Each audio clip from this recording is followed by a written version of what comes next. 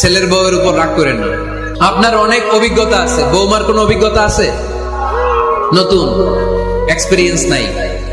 বৌমাকে একটু সময় দেন, একটু গুছায় নিতে দেন, পারবে।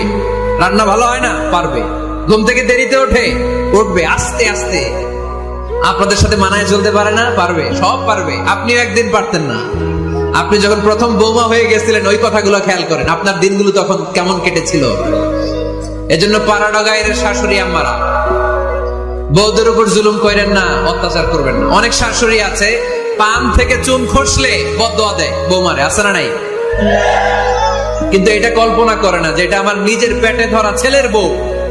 এই মেয়ের বদদোয়া দিলে তো আমার ছেলের পরিবারের ক্ষতি, আমার নাতি নাতনিদের ক্ষতি। এই কমন যোগ বিয়োগটা বুঝে না। এটা করবেন না, কষ্ট দিবেন না বৌমাকে। খেয়াল রাখবেন, আপনি যদি আপনার বৌমাকে কষ্ট দেন, আপনার নিজের মেয়েটাও বৌমা হয়ে আরেক বাড়িতে যাবে, সেও সেই একই কষ্টগুলো পাবে। এগুলো যখন আপনারে শোনাবে, তখন আপনি শান্তিতে থাকতে পারবেন না। চিল্লায় বলেন ঠিক কিনা? নিজের মেয়ে সকাল 11টায় ওঠে, ওইটার দোষ নাই। বৌমা কেন উঠলো না? ঝামেলা আছে না নাই?